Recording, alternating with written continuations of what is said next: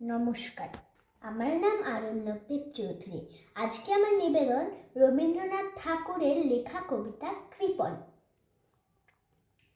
আমি ভিক্ষা করে ফিরিতেছিলেম গ্রামের পথে পথে, তুমি তখন চলেছিলে তোমার স্বর্ণরথে। অপূর্ব এক স্বপ্ন সম লাগিতেছিল চোখে মামু।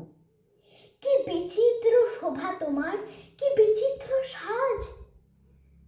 আমি মনে ভাবিতেছিলেন এ কোন মহারাজ। আজি শুভক্ষণে রাত পোহালো, ভেবেছিলেন তবে আজ আমারে দ্বারে দ্বারে ফিরিতে নাই হবে।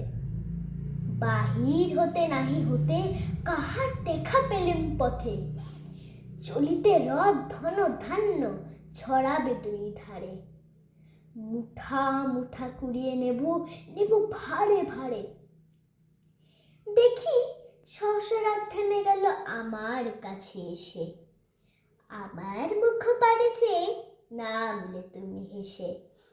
দেখে মুখের প্রসন্নতা জুড়ে গেল সকল ব্যথা। হেন কালে কিসের লাগি তুমি আকৎসা। আমায় কিছু দাও গো বলে বাড়িয়ে দিলে হাত। মরি, এ কি কথা রাজু ধীরাজ, আমায় দাও গো কিছু। শুনে ক্ষণকালের তরে রইল মাথা নিচু। তোমার কি ভাব আছে ভিখারি ভিক্ষুকের কাছে। এ কেবল কৌতুকের বসে আমায় প্রবঞ্চনা।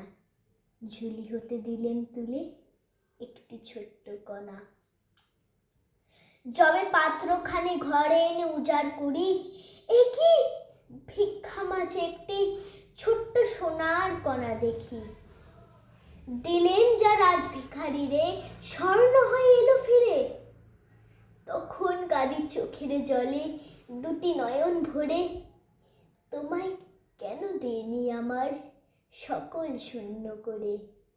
তোমায় কেন দিইনি আমার সকল শূন্য করে। নমস্কার।